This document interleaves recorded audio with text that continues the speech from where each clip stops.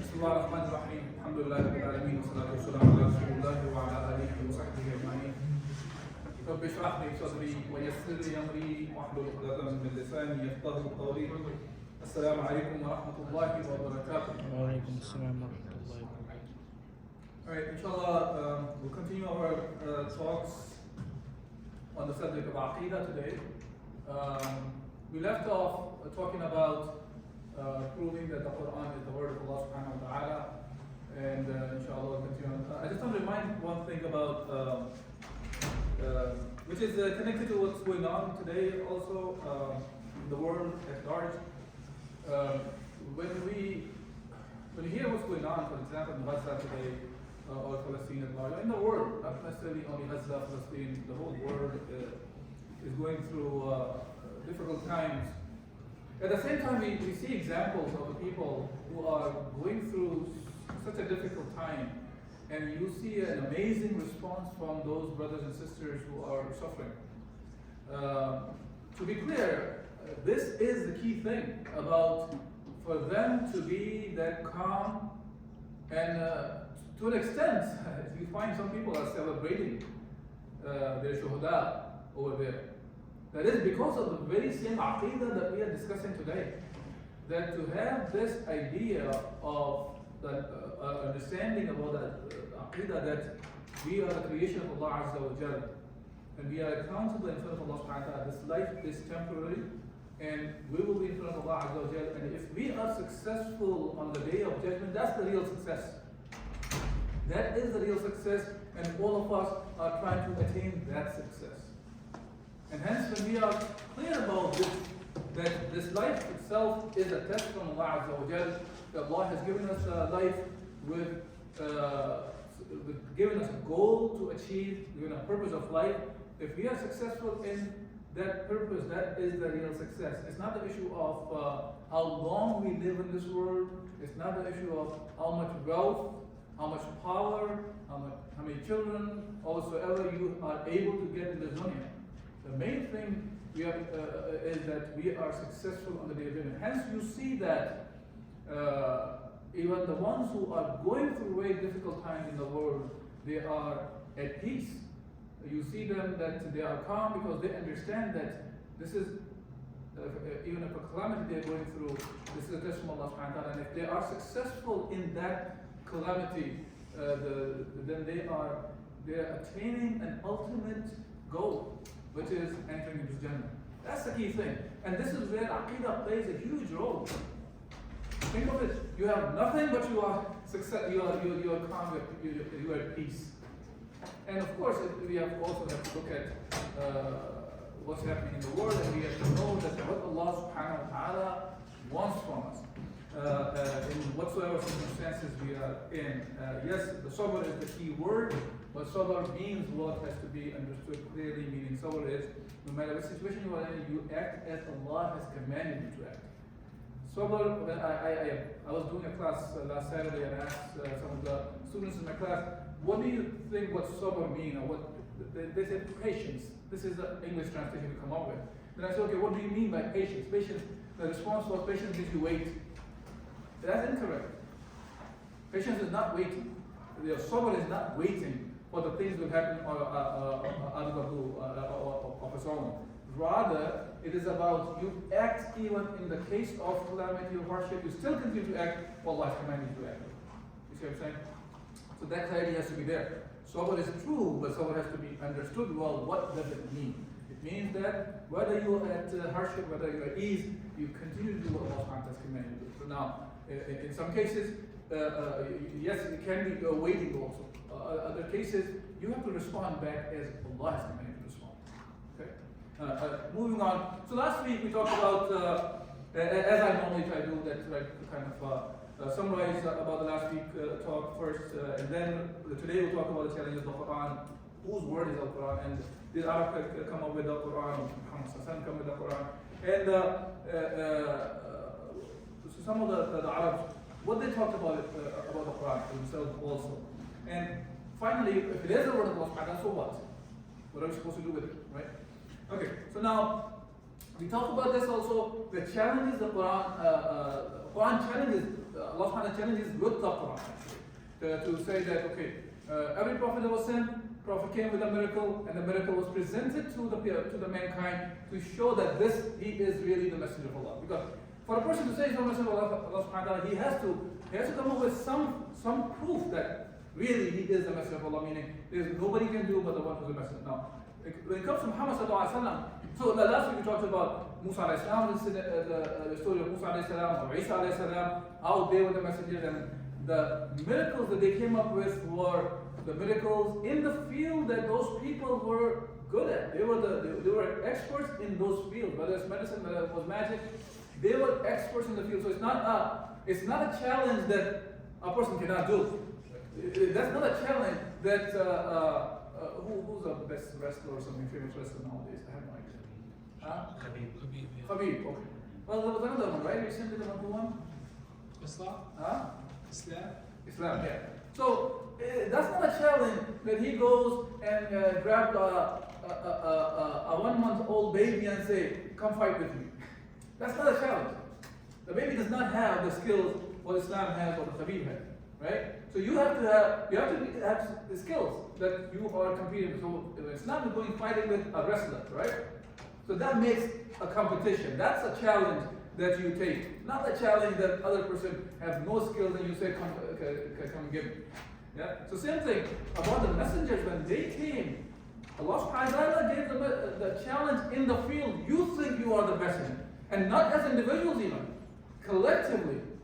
Okay. So all the magicians were collectively trying to compete with Musa alayhi salam, right? And same thing with Isa alayhi salam. And same thing that we see in the case of Muhammad sallallahu alaihi wasallam, when he was sent as a messenger, he was sent with the miracle of the Quran in the language, because the Arabic, the language was the one that the Arabs were proud of. They thought they are the experts. They were the experts in the language. So now, when this challenge, which is tahaddi in Arabic when you say, so this is a challenge from Allah subhanahu wa ta'ala, that, okay, this is the word of Allah subhanahu wa ta'ala, this is the miracle from Muhammad sallallahu alaihi wasallam. You think you are good at it, you make something like it, okay? And not only that, when Allah subhanahu wa ta'ala is asking them to make something like it, first he asked about the book, make Quran like it, make 10 surahs like it, and then challenge reduce one ayah. وَإِن كُنتُمْ فِي رَيْبٍ مِّمَّا نَزَّلْنَا عَلَى عَبْدِينَ فَأْتُوا بِسُورَةٍ مِّن مِّثْلِهِ وَادْعُوا شُهَدَاءَكُم مِّن دُونِ اللَّهِ إِن كُنتُمْ صَادِقِينَ. See here, interesting part here is Allah subhanahu wa ta'ala is not saying, oh, okay, Abdullah, you are the one who thinks that this is not the word of Allah subhanahu wa ta'ala. Okay, you make like. Allah is not saying that just you, Abdullah, yourself, or Muhammad, or Ahmad, or Mahmoud. No. Allah is saying that وَادْعُوا شُهَدَاءَكُم مِّن دُونِ اللَّهِ. You gather everybody. Everybody, whoever you think can come up with something like it, gather them all together. Gather all the minds and come up something like it. مِن دُونِ اللَّهِ, except Allah Azza wa Jalla. And you will not, if you're really truthful, go ahead and do it. So that challenge existed, it still exists for past 14 plus 100 years. And in the time of Muhammad sallallahu alaihi wasallam, they were the ones who were the smartest or the most capable of coming up with something like it. Okay, and they themselves failed. But now the question comes in about the Quran is, okay, fine. Muhammad sallallahu alaihi wasallam came with the book Al-Quran. Who came up? Whose word is it? Yes, the book is saying this is the word of Allah subhanahu wa ta'ala. But people can say, no, the one who does not believe in Islam, does not believe the book is from Allah subhanahu wa ta'ala, they will say, no, this is not from the Creator. This is the creation of somebody else. Okay, somebody, a human being, individual or collectively, they made something like this. And now they are trying to use it against us, right? Now, I am stressing the part about the language. You may have heard about the Quran, people try to say, well, see, look how many things the Quran has said in the past, whether it is about the scientific facts, or whether it is something that is going to happen in the future, and that has happened. Now, Quran did not say that this is the challenge. Quran challenged with make something like it. And it is very interesting, because that is the real miracle. Because if you talk about just scientific facts that happen to be unknown to the people and they were discovered later on. That can you and I can do actually, right? There are many geniuses in the scientific field, or many, whichever field you go into, right? Like things, for example, Einstein, he came up with 100 years ago. The theories that he came up with 100 years ago, they were not proven for a long time, and then later on people proved them. Now, does that mean that makes Einstein a prophet of Allah? No. And not only that, it has to be linked with a challenge. It has to be linked with a challenge. Right? Now, for example, he says same way. Today, how many of you have seen those 3D holograms people make, right, of a person? You can make you know what I'm talking about? I think CNN came up with like about, I don't know, 8 years ago or so, and now it has become a common thing. For example, Muhammad is sitting there. Now, you can make his hologram appear here at the same time. But for a person who is not familiar with this science, how you do that, for him, man, this is miraculous. How can this happen? And he doesn't have to be sitting here. He can be sitting on the other side of the world. And you're showing him somewhere else. Is that a miracle? See, nobody claims this to be a miracle. Because it's not only the one who is showing this hologram today, he knows that there are many others can do the very same thing. Because the miracle is nobody can do. Well, when you talk about scientific facts like that, maybe some of the people are not able to do it, they are not capable of doing it, but the others can do that. Hence, a scientist would not come out and say, oh, this is a miracle, hence you start believing me as a messenger. Because he knows. Even though the ones who are false ones, the false prophets, they will try to play the tricks. People do play the tricks. People do fool the people. People come out and, I don't know how many times you've seen those things like on TV, somebody touches them and he gets healed. Then you find out reports, oh, it was all fake. Yeah, so faking is not the issue. But that's false. Yeah, people can come and make false claims or come up with something which is just unknown to the society today, but people will be able to figure it out.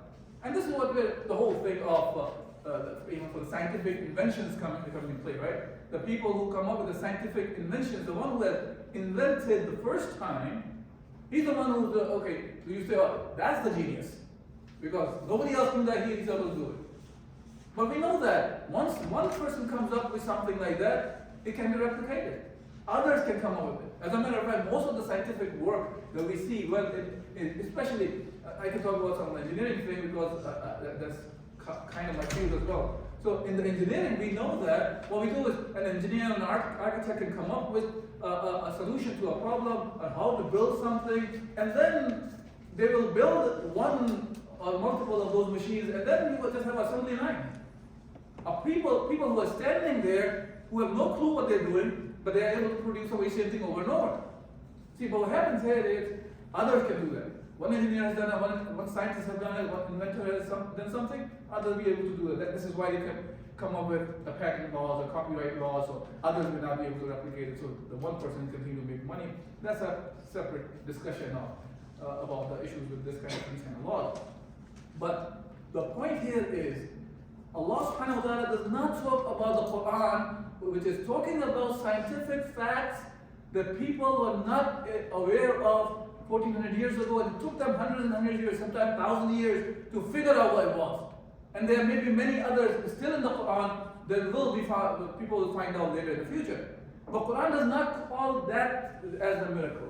Quran refers the language of the Quran as a miracle.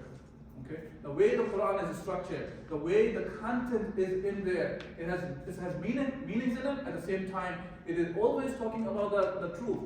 And the entire Quran, you don't see anywhere any kind of a changes or any kind of like a tone is changing or something. As human beings, when they write something, their writings are influenced by the day of the time of the day they're going through, or the days of their lives they're going through, which are impacted by emotions.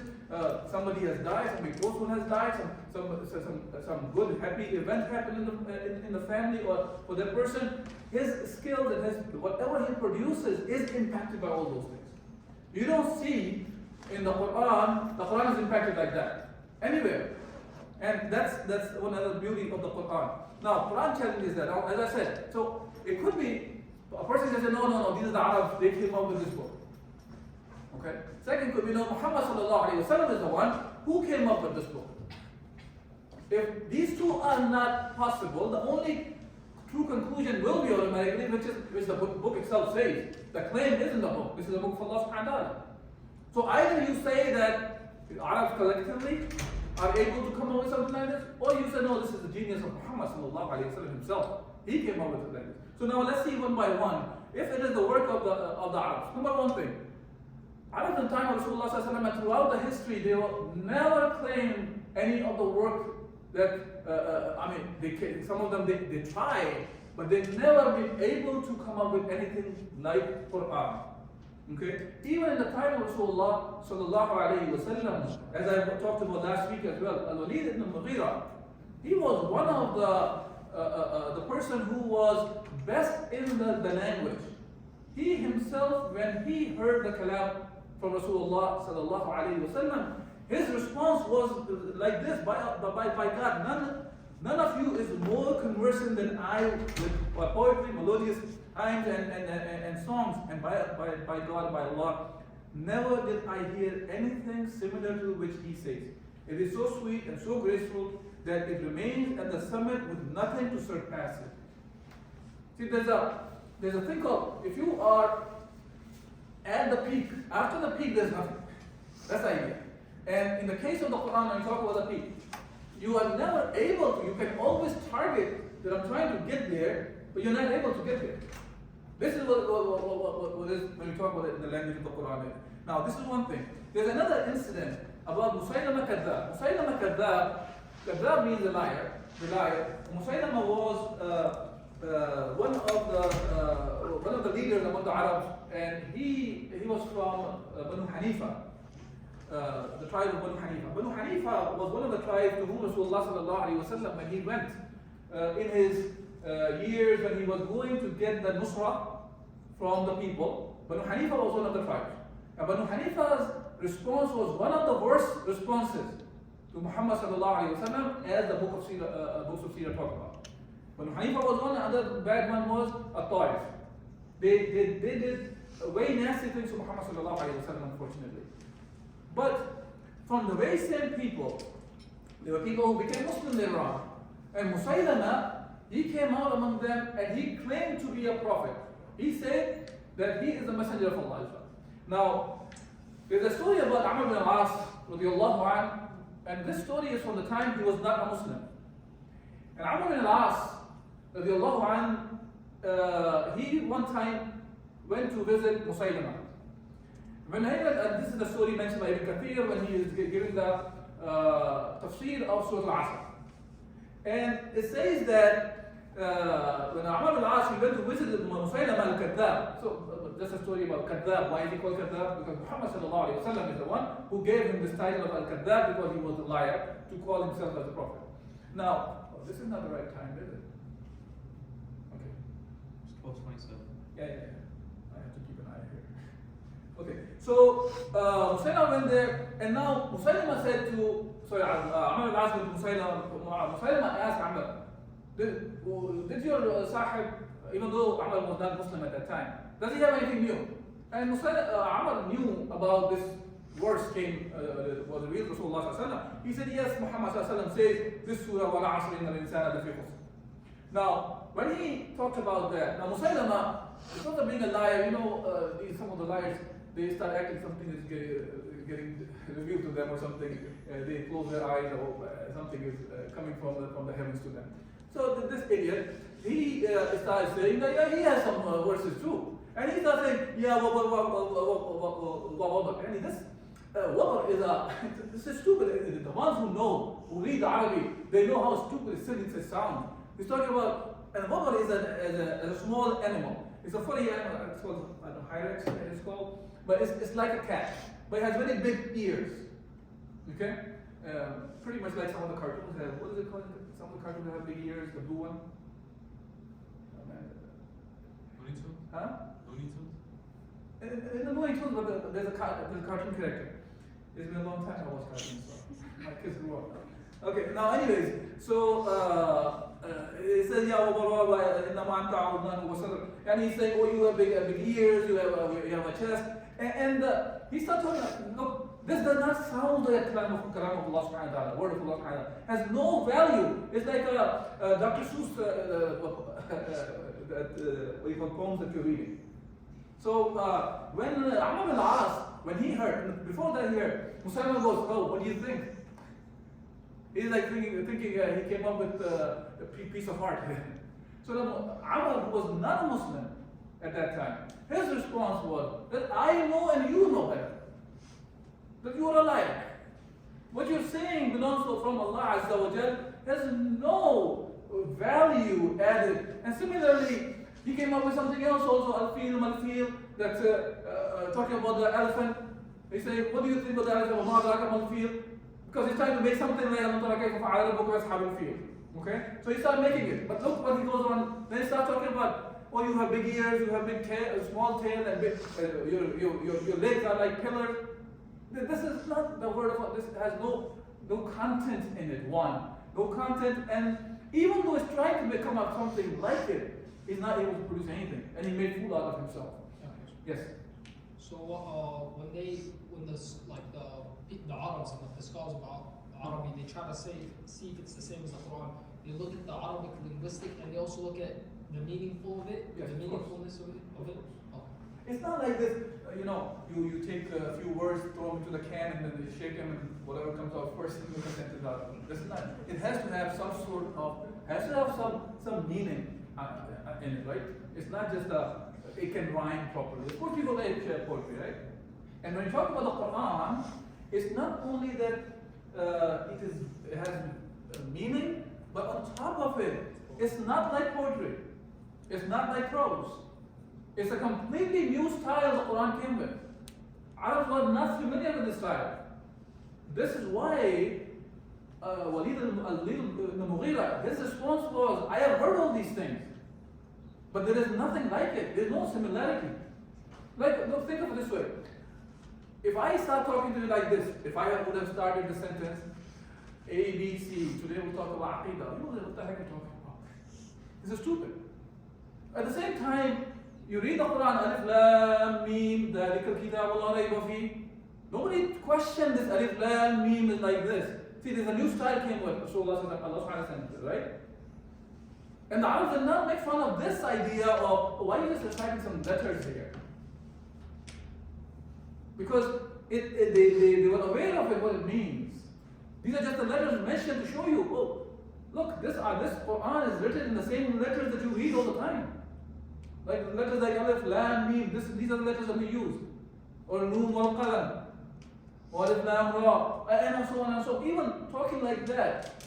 See, they were aware of this. This is miraculous. They sense it right away. So this is why we have to go back to really, oh, by the way, when I was talking like, as I said, the meaning was, then he said, what do you think of Muhammad? He said, by Allah, why do you know that I know that you are lying about this? The meaning was, oh Wamar, you are only 2 ears and a chest, and the rest of you is digging and bone. This is silly. You're not going to even translate it because the meaning of it has no value. Now, the second thing could be, okay, so by the way, they tried, they failed, and they continue to try, even until today. Okay? So the question can be, okay, is it Muhammad sallallahu alaihi wasallam? Is he the one? But the thing is, if all the Arabs together are not able to come up with something like Quran. Now, Muhammad sallallahu alaihi wasallam, no matter how big of a genius as a human being he was still an Arab, who was among them, who was raised among them, one of the Arabs from them. Okay, and then not only that, the Kuffar never claimed Muhammad sallallahu alaihi wasallam is the one who came over this. Kuffar never said this is Muhammad sallallahu alaihi wasallam's word, because they were very, very well aware of Muhammad sallallahu alaihi wasallam, how he used to talk. And when we talk about that, again, when you hear me talking, right? For now, you kind of got used to how I talk, my style. And no matter how I try to fake anybody else's style, at the end, I'm going to bounce back to my style, the way I talk. And this is what all the human beings are. And even when you try to fake some other style, you can just do to a certain time limit, and then after that, you can't just continue on like that. Okay? So Muhammad sallallahu alaihi wasallam, there are many ahadith from him which are called hadith mutawatir. When we say hadith mutawatir, these ahadith are reported by so many different chains that there is no doubt that these are the words of Muhammad as is. This is the word of Allah, Rasulullah sallallahu alaihi wasallam. That's it. You know, when you try to quote, whatever I am saying today here in this room, if just one of you go out and try to quote back whatever I said, he may be able to quote exactly what I said, or he may add something or take something out. Right? This is normal human being. Now, not only that, in the case of the hadith, one person here, Sahaba heard from Rasulullah, one Sahabi heard from Rasulullah, and he reported to a Tabi, and then to the next generation, and then to the next generation. So there are 4 or 5 different people in the chain. And there's a chance of things can be added or subtracted. And I'm not even talking about the ones who intentionally did that.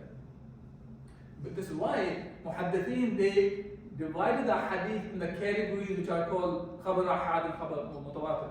Or Hadith Mutawatir, the one which is Mutawatir means there are so many, with a tawatur, something continuously reported in a manner that there is no doubt left that it is from Rasulullah. So the very same example I was talking about this lecture. If one person goes out and reports something, instead of one person, now 10 people tell 10 they go and report to 10 different people. And all 10 of them say exactly the same thing without trying to talk to each other and say, oh, we're going to say this exact sentence. No, they're just going out and saying the same thing. Now, if all 10 have reported exact same thing, then the chance of error is gone. Are you following what I'm saying here? So that's what the hadith mutawatir is. This is why when we talk about the words of Rasulullah which are coming from hadith mutawatir, there is no chance that there could be, it has any kind of a change. And now the words of a hadith or the style of hadith is very different than the style of the Quran. There's an example actually given by Sayyid Qutb rahimahullah in his book called Fi Dilal al-Quran. In that he's giving the story. He used to be in the United States and he moved back to Egypt. So one of the time he was on a trip on a ship. So those days I guess he used to travel on the ship as well. And on the ship he was traveling and he was delivering a khutbah for Salat al-Jum'ah. And there was a non-Muslim woman who was listening and he's giving everything in Arabic. And she came and he goes, what were you reciting in between whatever you were saying? She did not understand anything. But she can tell that there's something else has been said even in the Arabic language. And that was the Quran he was reciting. So she was able to distinguish even within the content that there's something that's different what he's saying. What I'm trying to say is there's a style that is unique in the Quran. So anyway, now going back to Muhammad sallallahu alaihi wasallam, so his style was different. Kuffar never said, even though the one who were rejecting that this is the Rasulullah being the Prophet, who were trying to reject that this is the word of Allah subhanahu wa ta'ala, but they did not say this is Rasulullah, he's making up from himself. What they did say, they start saying, no, this is something Muhammad sallallahu alaihi wasallam, he learns from somebody. Okay? He learns from somebody. And they refer to him as the Christian guy, he was an Ajam actually. Ajam means he's a non-Arab. And his name was Jabr. And they said, he's the one who's a teacher. Allah subhanahu wa ta'ala said, وَلَقَدْ نَعْلَمُ أَنَّهُ يَقُولُونَ إِنَّمَا يُعَلِّمُهُ بَشَرٌ. They said, we know indeed that you say some bashar, some human teaches him this. Allah subhanahu wa ta'ala said, لِسَانُ الَّذِي يُلْحِدُونَ إِلَيْهِ عَجَمِي. That the language of the person that you're talking about is not Arab. He does not even know the Arabic language. And even if he has learned some Arabic, it is right now, this is not the Arabic they're talking about. وَهَذَا لِسَانُ عَرَبِيٌّ مُبِينٌ. And this Quran is indeed in a clear Arabic language. Now, moving forward. So, this is what Allah subhanahu wa ta'ala says about their claim that Muhammad sallallahu made. How can he make it? There are two reasons it's not possible. One, you can see his words style was unique, very different than the Quran. Okay. Second, even if it wasn't about him, well, fine, he's one of the Arabs. Then the rest of the Arabs will be able to get together and make something like it. He's a human person, a human being at the end of the day. So, like today, you can see people can write in Shakespearean style. right? People can write in Shakespearean style when you call it. But when we talk about the Quran, people are not able to write something like that. That's the key thing. Now, the question always comes in, right? Okay, fine. Whether we are Arab or non-Arab, how does that impact to you and me, right? Now, the thing is, first of all, it is in Arabic language.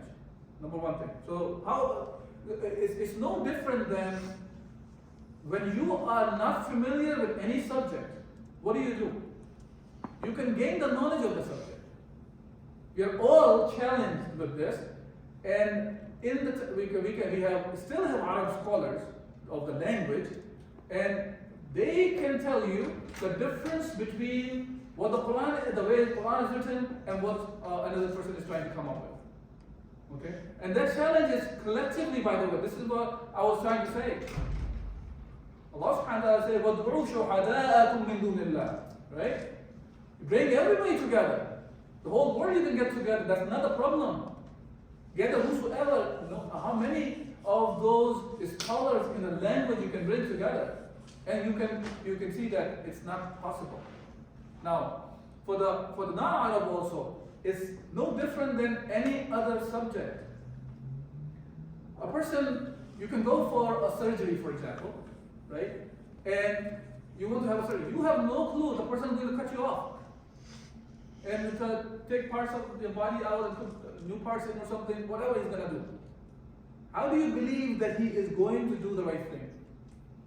So you understand, he is the one who's expert in the field. Not only you do that, before somebody cut me open, I'm going to go find some other person. Get the second opinion, third opinion, fourth opinion.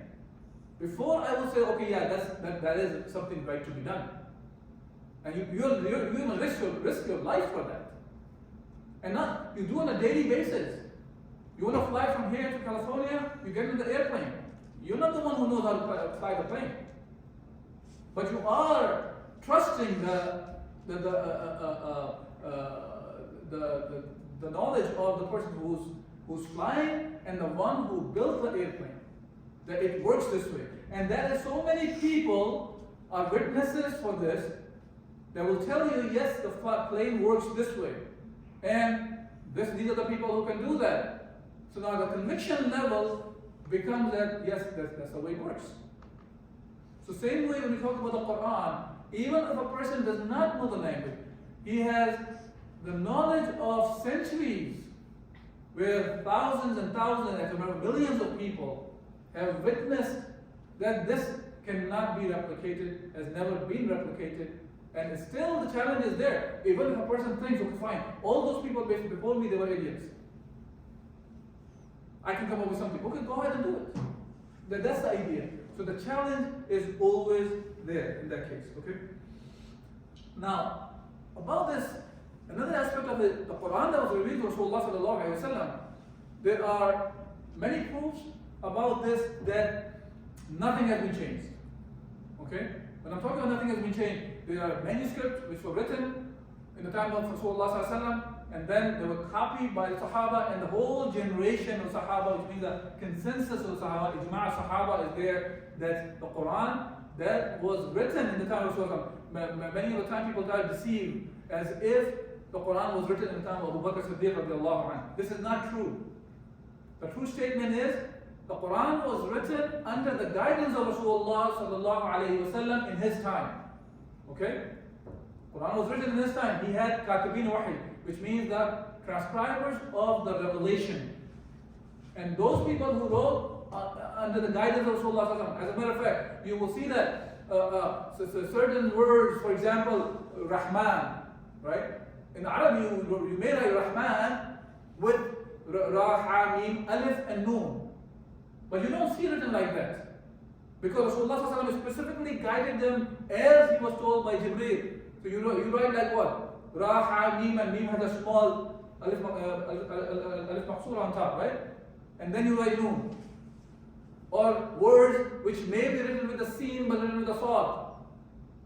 So this is as Jibreel dictated Muhammad sallallahu alaihi wasallam, that was reported back to the Sahaba whose job was to write, and then In the time of Abu Bakr Siddiq radiallahu anh, when in the battle of Yamama, many of the Huffaz, it's not like all the Huffaz, many of the Huffaz were martyred. Now they thought, okay, we should compile the whole Quran in one place. Those Sahaba were already, many of the Sahaba were Huffaz al-Quran. Now, they start writing. And maybe this is a subject of its own. One of the days I will give a talk on how the Quran was compiled. But I want to show you that it was compiled in a manner that it took away all the doubts that they can be manipulated, it can be corrupted. Now, the Quran we have today is exactly the same as was revealed to Muhammad sallallahu alaihi wasallam. Allah subhanahu wa ta'ala in the Quran, as a matter of fact, He takes the responsibility. إِنَّا نَحْنُ نَزَّلْنَا الذِّكْرَ وَإِنَّا لَهُ لَحَافِظُونَ. That indeed we are the one who revealed this book. And we are the one who will protect this book. You know, the one who knows the Arabic, they know that when you say that inna already has the meaning of we, right? How many of our Arab here who can speak Arabic? Okay. So when you say inna, the we is there, right? Okay. Nahnu, again the we is in there. The damir or the pronoun of we is in nahnu as well. Okay, then nazzalna has a nun and alif. That's also we. See, that's a way of emphasizing, Allah Azza wa Jalla is emphasizing, indeed we, Allah subhanahu wa ta'ala is a term used for honor, to show the greatness of Allah subhanahu wa ta'ala. It does not mean it's a jama'ah, it's not mean it's plural. So Allah is saying, like 3 times repeating like this, we indeed are the ones who revealed this book. One. And then it says, وَإِنَّا لَهُ لَحَافِظُونَ. And indeed we are the one, again, are the one who are hafidun, the one who will be protecting it. So Allah has taken the responsibility. For that, Allah used many different people who are hafidul Quran, for example, as the mean for protecting the Quran. And on top of it, it's written. So people can go and burn as many copies as they want, they're thinking they're insulting Allah Azza wa Jalla by that. This is literally engraved in the hearts of the people. Some of them carry some parts of the Quran, others carry the whole of the Quran. So this cannot be lost. And then Allah subhanahu wa ta'ala says about the Quran itself, وَلَا يَتَدَبَّرُونَ الْقُرْآنَ وَلَوْ كَانَ مِنْ عِنْدِ غَيْرِ اللَّهِ لَوَجِدُوا فِيهِ اخْتِلَافًا كَثِيرًا. If this book, if the one who, don't you look at it carefully, you will see that if it was other than Allah subhanahu wa ta'ala, you would have found ikhtilaf, the differences or the contradictions. That one party is saying something, other party is saying something else. But you don't find any kind of a contradiction in the Quran either. And this is, as a human, we make these errors. If it was a work of a human being, that would have been there as well. So now, Quran is there. So what? What does it mean? So it's not the word of Allah. It's not the word of Muhammad sallallahu alaihi wasallam. It's not the word of the Arab as a whole. It is the word of Allah subhanahu wa ta'ala. So now we can conclude that there is a word of Allah subhanahu wa ta'ala. So now what? It means that Muhammad sallallahu alaihi wasallam is the messenger because he's the one who brought it. Okay? That's one thing. So as the Quran is the word of Allah, so whatever has been sent in there, that's a guidance for the mankind. And now we can prove the things which we cannot prove rationally otherwise. Whether it's the angels we talk about, whether we talk about the Jahannam, whether we talk about Jannah, we cannot prove it rationally there's a Jannah. We cannot prove rationally there's a Jahannam. There's no proof for rationally to say Malaika are there. There's no rational proof for us. Those books that were sent to other prophets were books from Allah subhanahu wa ta'ala. We haven't seen the real books. What we see are the books which are changed, distorted. The prophets before Muhammad sallallahu alaihi wasallam, we don't have the proofs rationally. Our proof is indirect through the text that they were messengers before Muhammad sallallahu alaihi wasallam. Okay, so now we can still do that. And then also, then the Quran. So this is referred to as transformative evidence, right? So from one to another, you conclude it. Now, if all the Quran is definitely refers to whatever Quran talks about, it is truth. Now think of this way, and we have to actually ponder on the Quran. This is a very, very important aspect of it. Okay, like why? Now, going back to the very first thing I was talking about, why you see the people in Gaza are acting the way they're acting? Why the people of Gaza, when they're going through all the calamities, and they are all there, so you hear from them, the whole family members wiped out. Inna lillahi wa inna ilayhi raji'un. Hasbunallahu wa ni'mal wakeel. You hear these kind of things. And they're praising Allah subhanahu wa ta'ala. They are happy that they have shuhada in their family. That's because of this belief is there, this book from Allah Azza wa Jalla. He's the one who has mentioned that there is Jannah waiting for them. That's the connection we have to make. And then you see all the fears a man can have of other creation of Allah subhanahu wa ta'ala disappears. Can people have it doesn't mean disappear, people cannot get scared or something. Yes, people can have fears, but it is the fear of Allah subhanahu wa ta'ala overcomes all other fears. Okay? A lion enters into a room, you can get scared of the lion, but that doesn't mean now you start worshipping lion because of that. See? But what is the thing that overcomes all these fears? That's the fear of Allah subhanahu wa ta'ala. Fear of Allah is a bad term. Because the taqwa of Allah subhanahu wa ta'ala is a better terminology sometimes. But even though khashiyatullah is another expression, which is the fear of Allah subhanahu wa ta'ala. Either way is fine. Okay, I'll stop here. If there's any questions or comments about the subject, we'll continue about the Aqeedah, the subject next week. I guess I have 2 more weeks, right? After that is Thanksgiving and the finals? Or 3 weeks? Okay. So anyways, anything about this subject, inshallah.